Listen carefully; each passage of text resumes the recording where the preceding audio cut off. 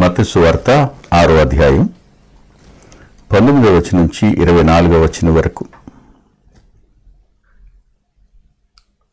తల వంచి ప్రార్థన చేసుకుందాం. దయగలిగిన మా తండ్రి, మరోసారి నీ వాక్యం వద్దకు వస్తున్నా. లేఖనలో నుంచి మీరు మాతో మాట్లాడతారని, నీ వాక్యము వెల్లడివుడితోడనే వెలుగు కలిగినున్న మాట నెరవేరుస్తారని, మా అంతరంగాలను వెలిగించటం కొరకై మీరే కార్యం చేస్తారని నమ్మి స్తుతిస్తున్నా. ఆన్లైన్లో వాక్యం వింటున్న మా ప్రియులందరి కొరకు ప్రార్థన చేస్తున్నాను. నీ కాపుదల వారి కుటుంబాల పక్షంగా ఉండనివ్వండి. వాగ్దానం నెరవేర్చండి. మీ కృప కలిగిన హస్తాలకు మరోసారి వింటున్న మా ప్రియులను మాట్లాడుతున్న నన్ను అప్పగించుకుంటూ, ఈ వాక్యాన్ని వివరించడానికి ముందుగా ఉపోద్ఘాతం చెప్పుకోవడానికి సాయపడమని యేసుక్రీస్తు ప్రభు వారి పేరట ప్రార్థిస్తున్నాం తండ్రి, ఆమేన్. భూమి మీద మీ కొరకు ధనము కూర్చుకొనవద్దు. 20వ వచనం, పరలోకమందు మీ కొరకు ధనమును కూర్చుకొనుడి. 21వ వచనం, నీ ధనమెక్కడ ఉండునో అక్కడే నీ హృదయం ఉండును.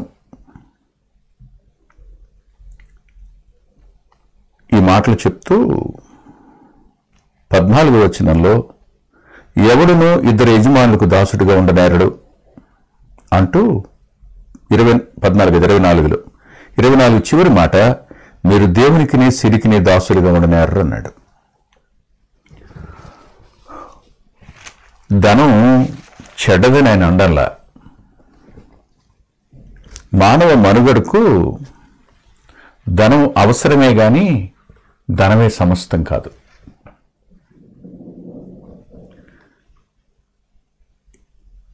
ఈ ధనం, ఐశ్వర్యం అనేది, సిరి అనేది ఏ స్థాయిలోనికి వస్తుంది మానవుని మనసులో, దేవుని స్థానంలోనికి వచ్చి కూర్చుంటుంది. నాకును సిరికిని, దేవునికిని సిరికిని మీరు దాసులుగా ఉండలేరు. సిరి అనేది నిన్ను తనకు దాసత్వం చేయిస్తుంది. ఇక్కడే ఒక మాట చెప్పాలి. భూమి మీదకి వచ్చాం. కొంతమందిని డబ్బున్న వారి ఇంట్లో పుట్టాం, మరి కొంతమంది పేదరికంలో పుట్టారు, ఇంకొంతమంది దరిద్రతలో పుట్టారు, తినడానికి కూడా ఏమి లేని పరిస్థితుల్లో. ఇప్పుడు ధనవంతుడు, పేదవాడు, మరింత దీనమైన దరిద్ర స్థితిలో ఉన్నవారు, వారు కలిగి ఉన్న స్థాయిని బట్టి ఆ ధనం యొక్క ప్రభావం వారి మీద ఉంటుంది. జన్మించిన ప్రతి వ్యక్తి ఒకరోజు దీన్ని విడిచిపెట్టి వెళ్ళిపోతాడు. ధనవంతుడు దాన్ని విడిచిపెట్టిన తరువాత గొప్పవాడు కాడు, పేదవాడు తన జీవితాన్ని విడిచిపెట్టిన తర్వాత తక్కువవాడు కాడు, దరిద్రుడు కూడా తన జీవితాన్ని విడిచిపెట్టిన తరువాత అధముడు అంతకంటే కాడు. ముగ్గురు ఆత్మలే. సృజించినవాడు దేవుడు, కానీ భూమి మీదకి పంపించిన తరువాత అతన్ని చిక్కుపెట్టేదేమిటి? సిరి. భూమి మీద పడినది మొదలుకొని చచ్చిపోయేటంత వరకు ధన సంపాదన, సంపాదన, సంపాదన, సంపాదన.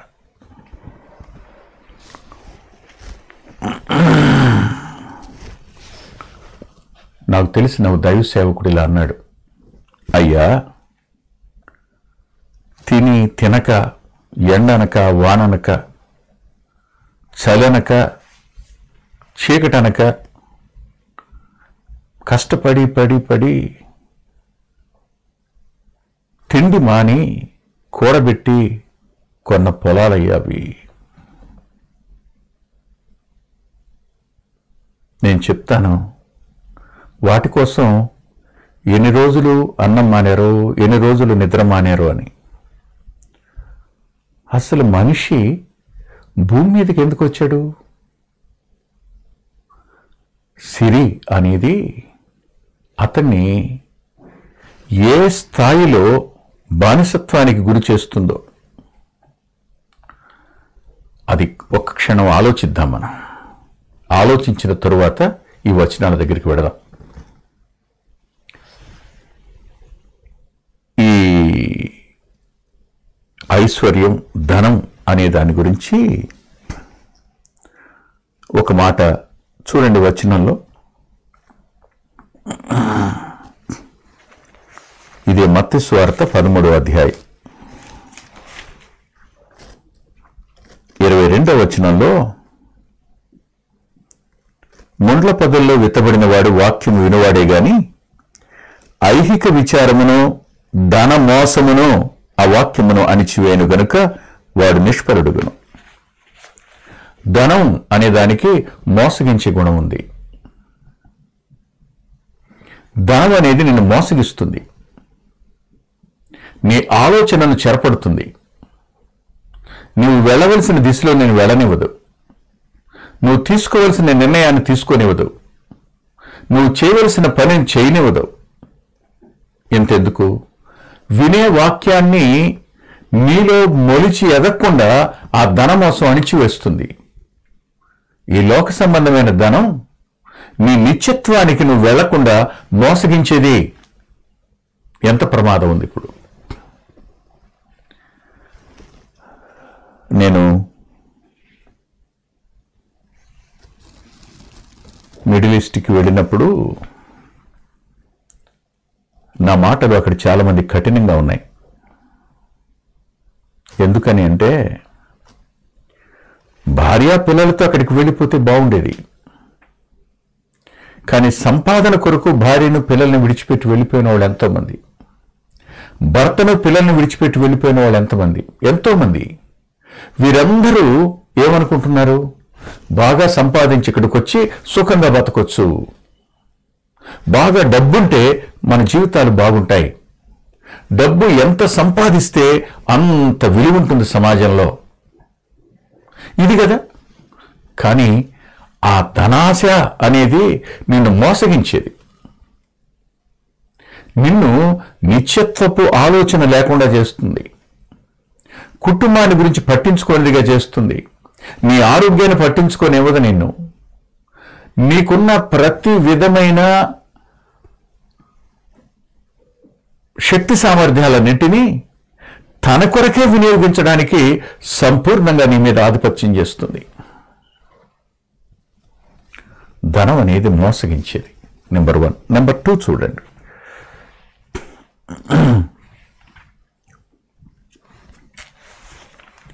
తిమోతికి రాసిన మొదటి పత్రిక 6వ అధ్యాయం 17వ వచనం, ఇహమందు ధనవంతులైన వారు గర్విష్ఠులు కాక. ఈ ధనం అనేది మనుషుల్ని గర్విష్ఠులుగా చేస్తుంది.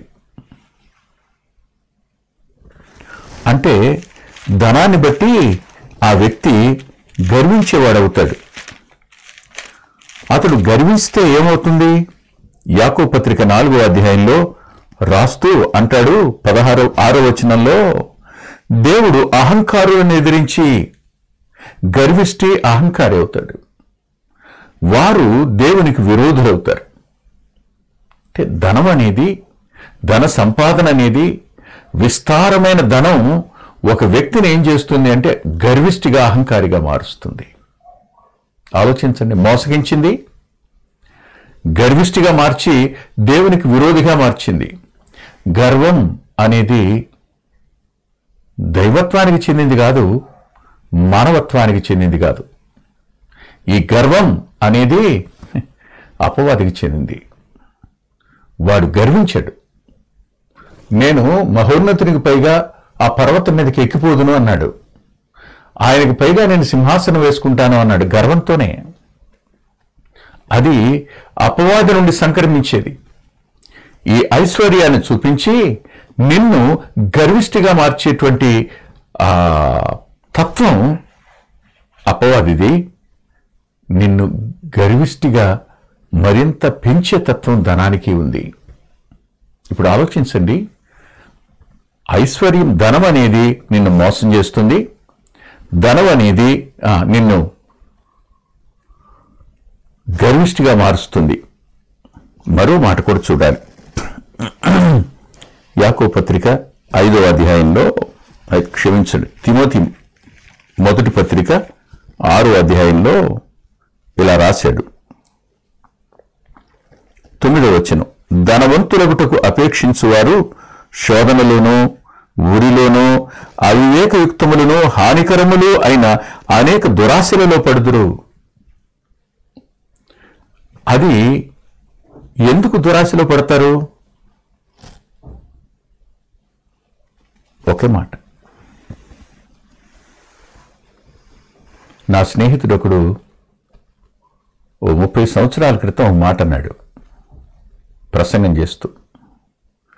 రాక్ఫెల్లర్ని జ్ఞాపకం చేశాడు. ఆ దినాల్లో అతడు ప్రపంచంలో ఐశ్వర్యవంతుడు.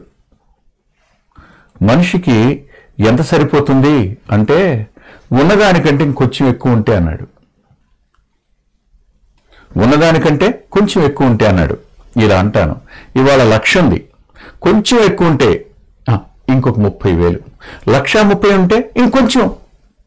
అంటే దానికి ఏం లేదు, ధన సంపాదనకు తృప్తి ఉండదు.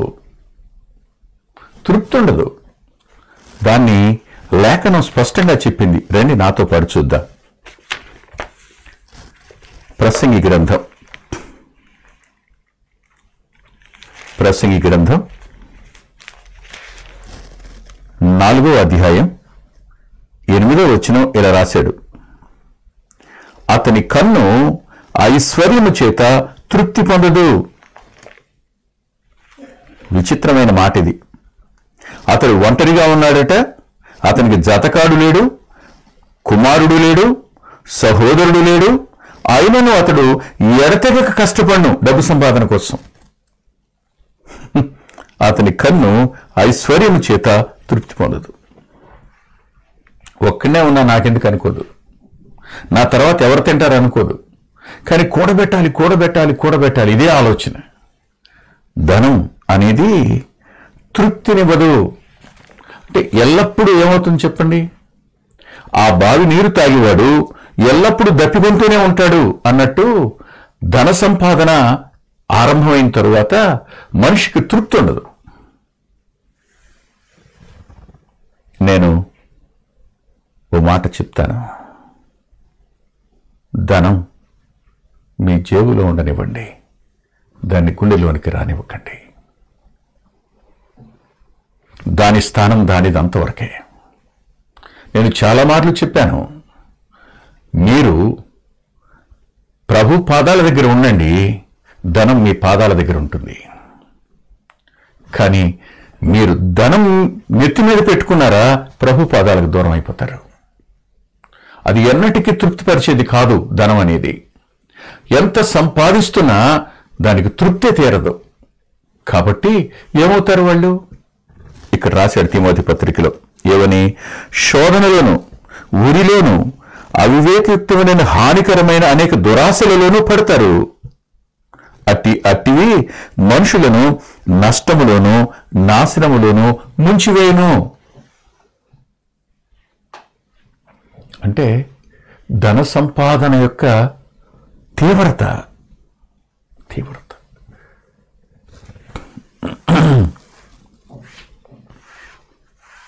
కలిగిన దానితో తృప్తి పడేవాడు నిజమైన ఐశ్వర్యవంతుడు.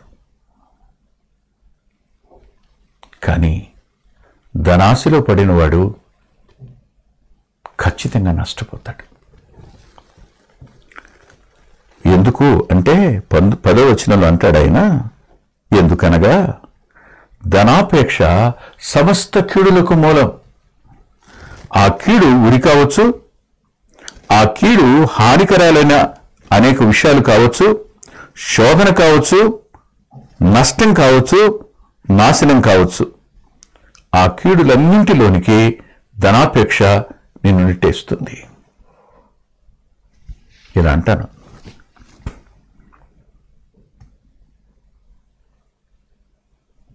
పట్టుకుంటారని తెలుసు, కానీ అవి తెచ్చి ఇక్కడ అమ్మేస్తే బోల్డంత డబ్బు వస్తుంది కదా. మన రాష్ట్రంలో నిషేధం, బయట రాష్ట్రం నుంచి తెచ్చి అమ్ముకోవచ్చు కదా. డబ్బు డబ్బు వరుసగా చెప్తూ వస్తున్నాను. ధనం యొక్క గుణలక్షణాలు, దాని క్రియ, దాని ఫలితాన్ని చెప్తున్నాను. అది నిన్ను ఎలా పడవేస్తుందో. ధనం పడవేసేది, తృప్తినిచ్చేది కాదు, పడవేసేది.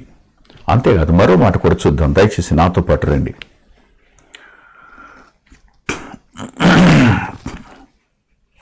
ఇందాక మనం చదువుకున్నాం కదా,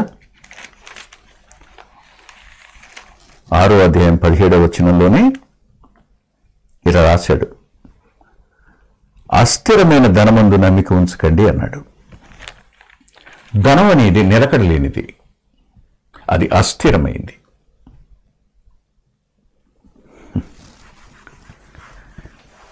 తాతలు ఐశ్వర్యవంతులు, తండ్రులు పర్వాలేదు, కానీ నా వరకు వచ్చేసరికి ఏమీ లేని సున్నా.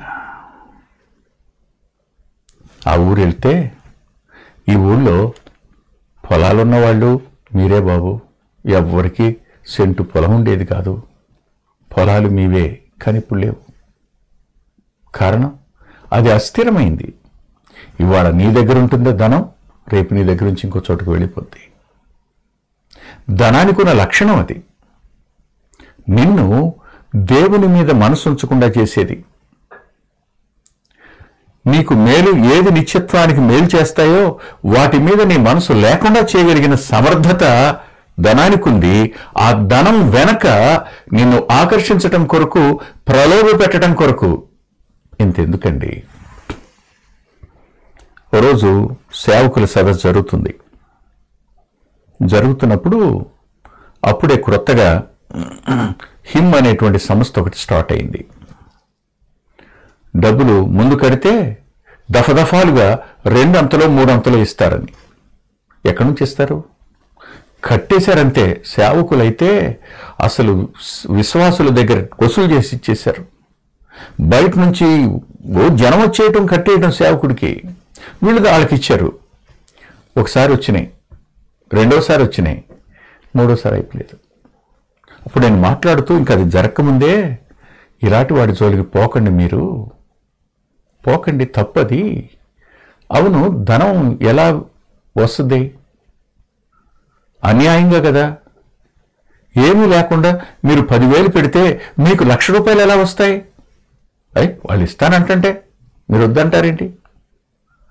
సేవకులను వద్దని చెప్తే 3-4 సణుక్కున్నారట. ఈయన బాగుపడ్డం మనల్ని బాగుపడినివ్వడని. తరువాత వాళ్ళ పడ్డ కష్టాలు, శ్రమలు, అవమానాలు, తిరస్కారాలు చెప్పడానికి లేదు. నాకు తెలిసిన ఒక సేవకుడైతే తాను చేస్తున్న సేవా ప్రదేశాన్ని విడిచిపెట్టి హైదరాబాద్కి పారిపోయినాడు అతను. ఏమైంది చెప్పండి ఇప్పుడు? అది స్థిరమైందా? ఎలాంటి వాటిలోకి నెట్టేసింది? సేవను ఎంత పాడు చేసింది? ధనానికి ఉన్న స్వభావం, లక్షణం, క్రియ అది. అంతేకాదు, మరో మాట కూడా చూద్దాం రండి, దయచేసి నాతో పాటు. సామెతల గ్రంథం 23వ అధ్యాయం 5వ వచనం, 4-5 చదువుదాం. ఐశ్వర్యమును పొంద ప్రయాసపడకుము, నీకు అటు అభిప్రాయము కలిగినను దాన్ని విడిచిపెట్టుము. నీవు దాని మీద దృష్టి నిలిపిన తోడనే అది లేకపోవును, నిశ్చయముగా అది రెక్కలు ధరించి ఎగిరిపోవును, పక్షిరాజు ఆకాశమునకు ఎగిరిపోవునట్లు అది ఎగిరిపోవును.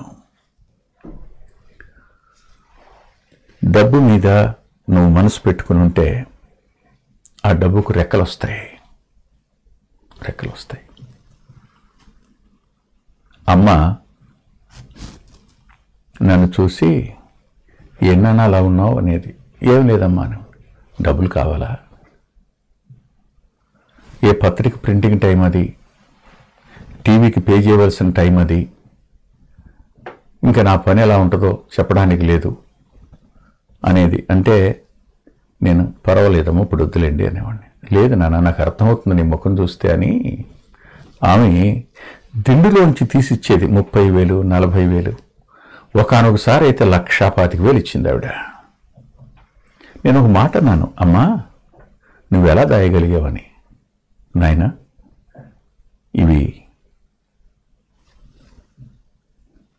నువ్విచ్చినవో, నా పెన్షన్లోంచి వచ్చినవో, ఇంటి ఖర్చుల కోసం ఇచ్చినవో తీసి ఆ ప్రక్కన పడేస్తానన్నా, మర్చిపోతాను. ఇక అవి అక్కడ ఉన్నాయన్న సంగతే నాకు మనసుకు ఉండదు. ఎప్పుడో ఒక రోజు గుర్తొచ్చినప్పుడు అన్నీ తీసి ఒక చోట పెడతాను, మళ్ళీ మర్చిపోతాను, పట్టించుకోను. నాకు అనిపించింది ధనం ఆమెను బానిసగా చేసుకోలే.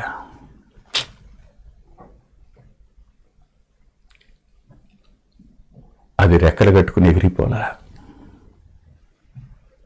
దేవుని పని అవసరతలకు ఉపయోగపడింది. అమ్మ ప్రభు దగ్గరికి వెళ్ళిపోయింది, కానీ ఎంతమంది తల్లులో, ఎంతమంది తమ్ముళ్ళు, ఎంతమంది అన్నలో ఆ స్థానంలో. ఏనాటి అవసరత కొరకై దేవుడిస్తూనే ఉంటాడు. కానీ దాని మీద మనసు పెడితే ఖచ్చితంగా అది ఎగిరిపోతుంది, ఇందులో అనుమానం లేదు. ఇంకొక మాట, ధనం అనేది పరలోకపు విలువ కలిగింది కాదు. జాగ్రత్తగా వినాలి. ధనం అనేది పరలోకపు విలువ కలిగింది కాదు. ధనం అనేది పరలోకంలో విలువైంది కాదు. ఎందుకంటారా? ధనం ఒక వ్యక్తి యొక్క ప్రాణాన్ని విమోచిస్తుందా? డబ్బుంటుంది కానీ ఆకలి ఉంటుందా? డబ్బుంటుంది కానీ శాంతి ఉంటుందా? ఉండదు కదా.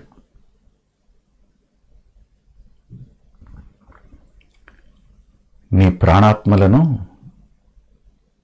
తన స్వాధీనమందు పెట్టుకుని దేవుడి నుంచి నిన్ను దూరం చేసి అది సంపాదించటమే ముఖ్యంగా పెట్టుకున్న ఏ వ్యక్తినైనా అది బానిసగా చేసుకుంటుంది.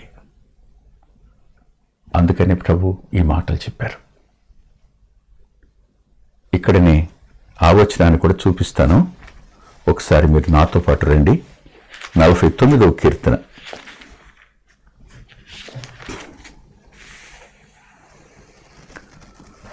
6-7 వచనాలు. తన ఆస్తియే ప్రాపకమని నమ్మి తమ ధన విస్తారతను బట్టి పొగుడుకొని వానికి నేనేల భయపడవలను. ఎవడునూ ఏ విధము చేతనైనను తన సహోదరుని విమోచింపలేడు. విమోచించడానికి డబ్బు పనికిరాదు. అతని ప్రాణం నిత్య నాశనానికి వెళ్ళేటప్పుడు ఆ డబ్బులు ఉపయోగపడవు, అవి కాపాడలేవు. భూ సంబంధమైన ధనం నీ పరలోకపు రక్షణకు అడ్డం పడలేవు. మరి దేవుడు ధనాన్ని ఎందుకు ఇస్తాడు? అబ్రహాము ధనవంతుడే కదా, దావీదు ధనవంతుడే కదా, బర్జిల్లై ధనవంతుడే కదా. ధనం ఎందుకు ఇచ్చాడు? ఒకటే, లేఖనంలో ఒక మాట రాస్తుంది, లూకా సువార్తలు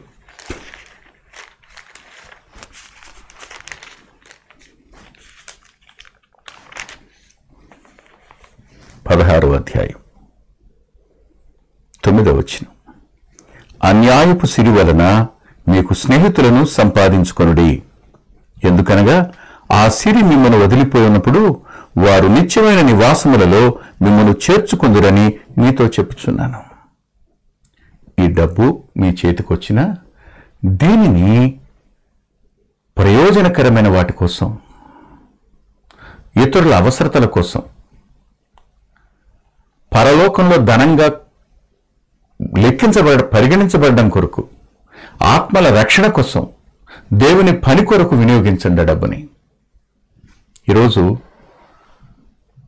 థామస్ వాట్సన్ గారు రాసిన ధన్యతలనే పుస్తకాన్ని తెలుగులోకి చేస్తున్నప్పుడు ఆయన ఒక విషయాన్ని పొరపాటునే మేము చెప్పిన దాన్ని తిరిగి చేసిన దాన్ని మళ్ళీ తిరిగి తర్జుమా చేశాం, కానీ మేలైన విషయం నేర్చుకోవడం కోసం తర్జుమా చేసినట్టు అనిపించింది నాకు.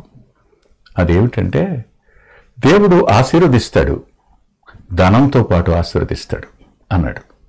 అంటూ ఈ ధనం అనేదాన్ని బంగారు కొక్కెంగా చేసుకుని దేవుని హృదయానికి తగిలించి ఈ ధనాన్ని పాదపీఠంగా చేసుకుని పరలోకం వైపు ఎదగండి అన్నాడు. ఆ పదాలు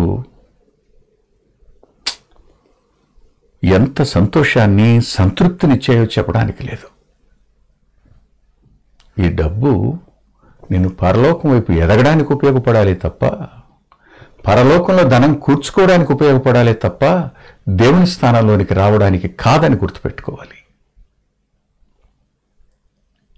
ధనం అవసరమే కానీ ధనం వల్ల దేవుని సేవ జరగదు. ధనం వల్ల కాదు, దేవుని ఆత్మ వల్ల మాత్రమే పని జరుగుతుంది. కానీ డబ్బుంటే ఎంత సేవ చేసేవాడినో, పిచ్చోడును. కోట్లున్నవాడు ఏ సేవ చేయలేకపోతున్నాడు. పేదరికంలో ఉన్నవాడు అద్భుతమైన సేవ చేస్తున్నాడు.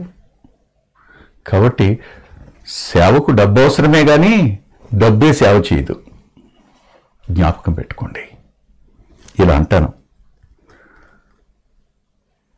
ప్రియరక్షకుడు భూమి మీదకి వచ్చారు. ఎంత దరిద్రతలో ఆయన పుట్టాడు. పెట్టబడిన చోటెక్కడ? ఆయన ఎక్కి వెళ్ళడానికి సొంత గాడిద లేదు ఆయనకి.